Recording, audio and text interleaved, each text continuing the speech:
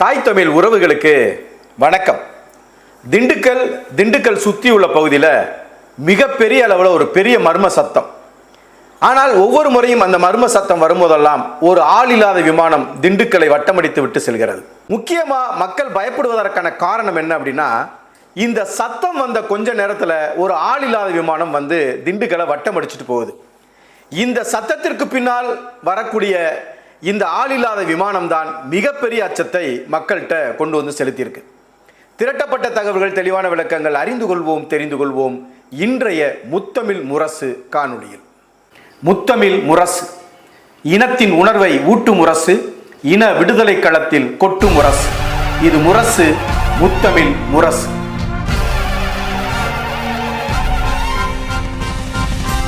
திண்டுக்கல் மாவட்டத்தில் தொடர்ந்து கடந்த 10 ஆண்டுகளாக 2013 தொடங்கி இன்று வரை தொடர்ச்சியாக கடுமையான பெரிய வெடிச்சத்தமும் அதை தொடர்ந்து பேரதிர்வும் நடைபெறுது. ஒரு நிலம் பெருசாக அதிர்வுறது, வீடெல்லாம் குலுங்குது, பண்ட பாத்திரம்லாம் உருளுது.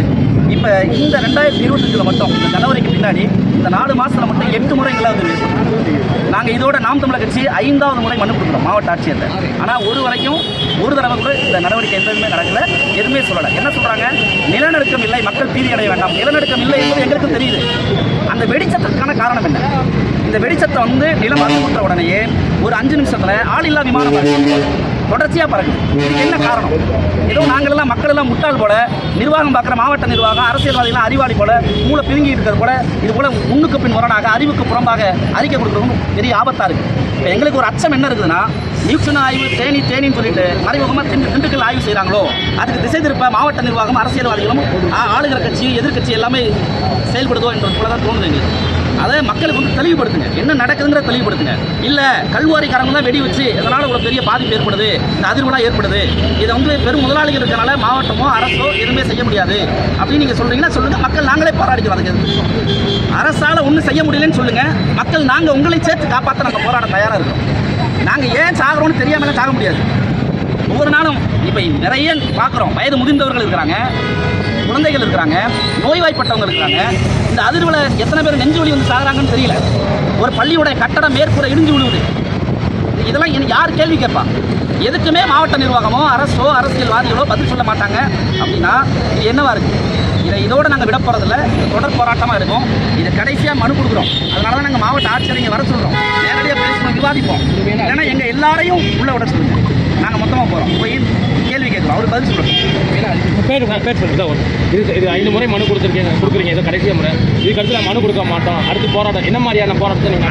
அது பல ஒன்று சட்ட போராட்டம், நீதிமன்றத்தில் போய் வழக்கு தொடர்ந்து முழுமையான விளக்கம் அரசு கொடுக்குற வரைக்கும் நாங்கள் ஓய போகிறோம். அதுக்கு அடுத்து அந்தந்த பகுதியில் மக்களை தூண்டி கிளர்ச்சி செய்ய வச்சு போராட்டம் நடத்தும். அது விளைவுகள் வேறு மாதிரி தான் இருக்கும். நாம் தமிழர் கட்சியுடைய போராட்டத்துடைய விளைவுகள் வேறு மாதிரி இருக்கும். அதை எதிர்கொள்ள மாவட்ட நிர்வாகமும் அரசு தயாராக இருந்தால் நாங்கள் செய்ய தயார். தொடர்ச்சியான சத்தம் ஏதோ 2025 மட்டும் இல்லை, 2018 இருந்தே அவ்வப்போது இந்த பெரிய சத்தம் கேட்கிறது. இந்த பெரிய வெடி சத்தம் கேட்ட பிறகு ஒரு விமானம் வந்துட்டு போகுது. இப்போ சமீபத்தில் 2025ஆம் ஆண்டு தொடங்கி இந்த 4 மாதத்தில் 8 முறை இதே போல ஒரு சத்தம் கேட்டிருக்கு. அப்போ இவ்வளவு சத்தங்கள், இந்த மர்ம சத்தங்கள், இந்த அலறல்கள், இந்த பயம், இதற்கு பின்னால் மக்கள் இதற்காக போராடினார்களா அப்படின்னா மக்கள் போராடலை, ஆனால் அச்சம் மட்டும் இருக்கு. ஆனால் நாம் தமிழர் கட்சி தொடர்ச்சியாக தன்னுடைய போராட்டங்களை தொடர்ச்சியாக மாவட்ட ஆட்சியரிடத்தில் இதற்கான மனுவை கொடுத்துருக்குறாங்க, இதற்கான விளக்கத்தை கேட்டிருக்கிறாங்க. 2018 இருந்து 2025 வரை பல முறை இந்த சத்தமும் பல முறை இந்த ஆள் இல்லாத விமானமும் வருது. குறிப்பாக சொல்லணும்னா திண்டுக்கலை சுற்றியுள்ள 40 கிலோமீட்டர் சுற்றளவில் இந்த சத்தம். ரொம்ப குறிப்பிட்டு சொல்லணும்னா வடமதுரை, நத்தம், எரியோடு, ஒட்டஞ்சத்திரம், சிறுமலை இந்த இடங்கள்ல இந்த சத்தம் மிகப்பெரிய அளவில் இருக்கு. இன்றைக்கு இந்த போராட்டம்லாம் நடத்தியிருக்கிற இந்த காலகட்டத்தில் கடந்த 16ஆம் தேதி 17ஆம் தேதி நடந்த இந்த சத்தத்தில் நாகையா கோட்டைங்கிற இடத்துல உள்ள பள்ளிக்கூடத்தினுடைய மேற்கூரை கிராக் விழுந்திருக்கு, அதாவது விரிசல் விழுந்திருக்குது, இடிஞ்சு விழுந்திருக்குது. நல்ல வேளையாக அந்த நேரத்தில் மாணவ மாணவிகள் யாரும் பள்ளியினுடைய அறைக்குள்ள இல்லைனாக்க அது யார் தலைமையிலேயே தான் விழுந்திருக்கும். இன்னைக்கு அதுல இழப்பு ஏற்பட்டதுக்கு அப்புறம் வேணா மக்கள் மத்தியில் இது பெரிய அளவில் பேசப்படும். ஏன்னா மக்கள் என்னைக்குமே ஏதாவது ஒரு இழப்பு ஏற்பட்டா உடனே நிற்பாங்க. அது வர்றதுக்கு முன்னால அதை நம்ம சரி செய்வோம் அப்படிலாம் கிடையாது. பெருசா ஒரு இழப்பு வரணும், அந்த இழப்பு வந்ததுக்கு அப்புறம் கொடி பிடிக்கிறது, கத்துறது, அந்த உடலை நான் வாங்க மாட்டேன் அப்படின்னு மறுக்கிறது, சாலையை போய் மறிக்கிறது. ஆனா இதனுடைய தொடக்க புள்ளியிலே இதை சரி செய்யணுமானா இந்த மக்களிடத்துல என்றைக்குமே அந்த மாதிரியான ஒரு அரசியல் தன்மை இல்லை. இப்ப நாம் தமிழர் கட்சியுமே, அதுவும் குறிப்பா சுற்றுச்சூழல் பாசறை, இது சம்பந்தமாக 7 முறை ஆட்சியாளர்களை சந்திச்சிருக்கிறாங்க. அந்த 7 முறை ஆட்சியாளர்களை சந்திச்ச போது 7 ஆட்சியாளர்கள், 7 முறை அல்ல, 7 ஆட்சியாளர்களை 2018 இருந்து இன்னைக்கு வரைக்கும். ஆனால் யாருமே இது குறித்து ஒரு அச்சப்பட்டு ஒரு பதிலையோ இல்ல அந்த அச்சத்தை போக்குகிற விதத்திலேயோ மாவட்ட ஆட்சியாளர்கள் 7 பேருமே பேசுறாங்க. இன்னும் குறிப்பா அதிகாரிகள் இதை தட்டி கழிக்க தான் பாக்குறாங்க. எப்படி தட்டி கழிக்கிறதுனா, இது நமக்கு பொதுவாகவே தெரியும்ல. இப்ப ஒரு விபத்து நடந்துருச்சு, ஒரு கொலை நடந்துருச்சுன்னா உடனே காவலர்கள் என்ன செய்வாங்கன்னா, அந்த இடத்தை முதல்ல கிளியர் பண்ணணும், அந்த இடத்தை சரி பண்ணி ஒரு இயல்பு நிலை கொண்டு போகணும். இதுலேயே தான் அவங்க கவனம் இருக்கும். அதே போலதான் இந்த ஆட்சியாளர்கள், இந்த ஆட்சியாளர்கள் கீழே இருக்கக்கூடிய அதிகாரிகள், இவங்கெல்லாம் அந்த நேரத்தில் அந்த போராட்டத்தை அனுப்பி வைக்கணும். மனு கொடுக்குறாங்களா, கொடுங்க, வாங்கிக்கிட்டு அவங்க என்ன சொல்றாங்கன்னு கூட கேட்கறது இல்லை. மண்டே ஆட்டுறது, செஞ்சிருவோங்கிறது, பண்ணிடுவோங்கிறது. ஆனா என்ன சொல்றான் அப்படிங்கறத கூட மண்டையில வாங்கிக்கிறது இல்லை. ஏன்னா அவங்களுக்கு அந்த நேரத்துல அந்த மனுவை வாங்கிட்டு அந்த போராட்டக்காரர்களை அங்கிருந்து வெளியே அனுப்பணும். அது மட்டும்தான் அவங்களுடைய எண்ணம். இது அந்த மாவட்ட ஆட்சியர் அலுவலகத்திலேயோ இந்த சம்பந்தப்பட்ட அதிகாரிகளுடைய வீடுகளோ இப்படி குலுங்குச்சுன்னு வைங்க, சத்தத்துல என்ன செய்வாங்க, பெரிய வெடி சத்தமா கேட்குது. கேட்ட உடனே வீடுகள் அதிருது, கண்ணாடிகள், ஜன்னல்ல உள்ள கண்ணாடிகள் உடையுது, பள்ளிக்கூடத்தில் இருக்கக்கூடிய மேற்கூரை இடிஞ்சு உழுகுது.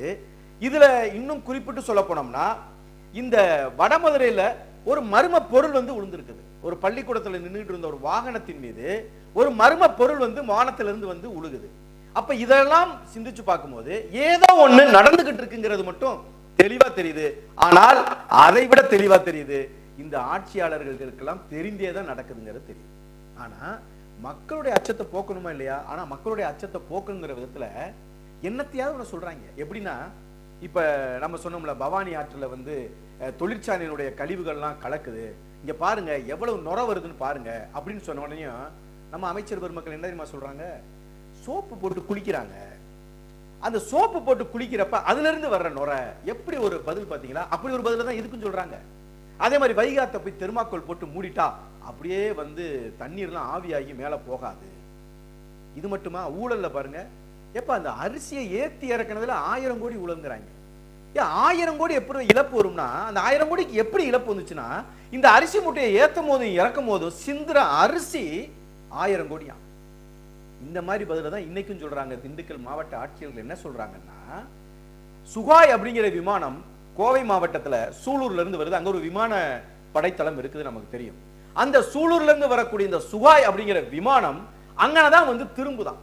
அந்த திரும்புறதுனால வந்த சத்தம் அதுல இருந்து வரக்கூடிய காத்துங்கிறான். விமானம் என்ன கேஸ் போடுமா? இல்ல நான் கேட்கிறேன், சூலூர்ல இருந்து கிளம்பி திண்டுக்கல்ல திரும்புற விமானம் வேற எங்கேயுமே அந்த ஏரை ரிலீஸ் பண்ணாதா? அந்த காற்றை வெளியேத்துதான். அது ஏன் 2018 இருந்து 2025 வரைக்கும் அந்த திண்டுக்கலுக்குள்ளேயே அந்த சுகாய் விமானம் திரும்புது? அதுவும் அங்க திரும்புற இடத்துல மட்டும் சத்தம் வருது. ஏன் கோயம்புத்தூர்ல கிளம்பும் போது அந்த சுகாய் விமானத்துல சத்தம் வரல? திரும்ப அந்த சுகாய் விமானம் திண்டுக்கலை வட்டம் அடிச்சுட்டு போய் திரும்ப சூலூர்ல போய் இறங்குறப்ப அந்த சத்தம் வரல? ஏன் நாட்டுல வேற எங்கேயுமே சுகாய் விமானம் இல்லையா? அங்கேயெல்லாம் இந்த சத்தம் வரலையே அப்படிங்கிற கேள்வியெல்லாம் எடுத்து வச்சோம்னா, நான் சொன்ன மாதிரி இந்த ஆட்சியாளர்கள், இந்த அதிகாரிகள் நம்மளை அனுப்பி வைக்கிறதுல தான் இருக்கா. தள்ளி விடுங்க, அனுப்பி விடுங்க, அதை வாங்கிட்டு கொடுத்து விடுங்க.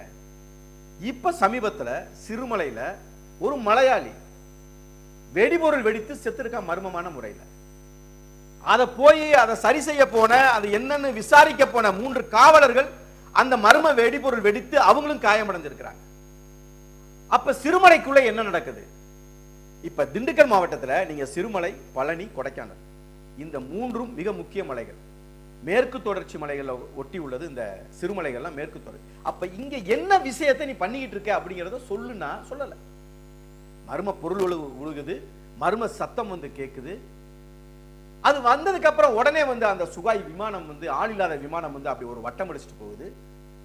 அப்ப என்னமோ ஒன்று செய்யறாங்க, அதுல இருந்து ஒரு சத்தம் வருது இல்லையா? அந்த சத்தம் என்னன்னு ஒரு கேள்வி வந்தா பதில் சொல்லணுங்கிறதுக்காக இந்த சுகாய் விமானம் அந்த நேரத்துல வந்துட்டு போகுதா? காரணம் சொல்றதுக்காக. இப்ப ஆட்சியாளர்கள்லாம் உடனே இந்த மாவட்ட ஆட்சியர்கிட்ட போய் மனு கொடுக்கணும், அவங்க ஒரு முயற்சி எடுக்கிறாங்களா? தேசிய நில அதிர்வியல் துறைக்கு சொல்றாங்க. அதாவது NCS வாங்க, நேஷனல் சென்டர் ஃபார் செஸ்மோலாஜி அப்படிங்கிறாங்க. செஸ்மோலாஜியில வந்து அந்த புவியியல் சம்பந்தப்பட்ட விஷயத்தை ஆராய்ச்சி செய்யக்கூடியவர்கள். அவர்கள் வந்து சொல்றாங்க இது நில அதிர்வு இல்லைன்னு சொல்லிட்டு போயிட்டாங்க போன வருஷம் ஏப்ரல் 1ஆம் தேதியே. ஏன் அப்படின்னா இந்த கொடைக்கானல், பழனி, இந்த திண்டுக்கல் இந்த பகுதி வந்து மைக்ரோ டெக்டானிக் ரீஜன்ல தான் வருது. அங்க நில அதிர்வு வர்றதுக்கு மிக மிக சாத்தியக்கூறுகள் குறைவுங்கிறாங்க. அப்படியே வந்தாலும் 1.2க்குள்ள தான் இருக்க முடியும்னு இதே தேசிய நில அதிர்வு ஆய்வுத்துறையும் சொல்லிட்டு போகுது. அப்படின்னா அப்ப இங்க என்ன நடக்குதுங்கிறத வந்து மக்களுக்கு அதிகாரிகள், ஆட்சியாளர்கள் விளக்கணும்ல. அச்சப்படுறான்ல, கால்நடைகள் இந்த சத்தத்தை கேட்டோன்னே வெகுண்டு ஓடுதுல, வெறி பிடிச்சு ஓடுதுல, வீடுகள்ல விரிசல் வருதுல, கண்ணாடி உடையுதுல, பள்ளியினுடைய மேற்கூரை இடிஞ்சு உழுகுதுல, மர்ம பொருள் வந்து உழுகுதுல. அப்ப இது சும்மா இல்ல, 7 ஆண்டுகளுக்கு மேலாக நடக்குது. 7 ஆண்டுகளுக்கு மேலாக நடக்கும். ஒவ்வொரு முறையும் நாம் தமிழர் கட்சி போய் மனு கொடுக்கிறதும், நாம் தமிழர் கட்சி போய் சம்பந்தப்பட்ட அதிகாரிகளை பார்க்கிறதும், இதற்கு விளக்கம் கேட்கிறதும் இன்றைக்கு வரைக்கும் அதற்கு தெளிவான விளக்கம் இல்லை. அதான் சொல்றேன்ல, காமா சோமான்னு இந்த நுரை எப்படி வந்துச்சு, தெர்மாக்கோலை ஏன் போட்டேன், 1000 கோடி அரிசியில் எப்படி இழப்பீடு இந்த போக்குவரத்தில் நடந்துச்சுன்னு சொல்றதுக்கு ஒரு காரணம் சொல்றான் பாருங்க. அது மாதிரி சொல்றாங்க இந்த விமானம் வந்துட்டு போறனால சத்தமா. அப்ப இந்தியாவில் எங்கேயுமே வந்து சுகாய் விமானம் வேற எங்கேயுமே பறக்கலையா? அது எங்கேயுமே காத்த வெளியேற்றாதா? திண்டுக்கல்ல மட்டும்தான் வந்து காத்த வெளியேற்றி விட்டு போகுமா? இந்த 7 ஆண்டுகள்ல திண்டுக்கல்ல மட்டுமே வந்து ஏன் கோயம்புத்தூர்ல இந்த சத்தம் கேட்கல, ஏன் சூலூர்ல கேட்கல? அப்ப ஏதோ ஒண்ணு செய்றீங்கிறது புரியுது. ஆனா மக்கள் அச்சத்தை தீர்க்க வேண்டிய பொறுப்பும் கடமையும் ஆட்சியாளர்களுக்கு இருக்கு, அரசுக்கு இருக்கு. மக்கள் பதட்டப்படுறான், அச்சப்படுறான் சாதாரணமா இல்ல.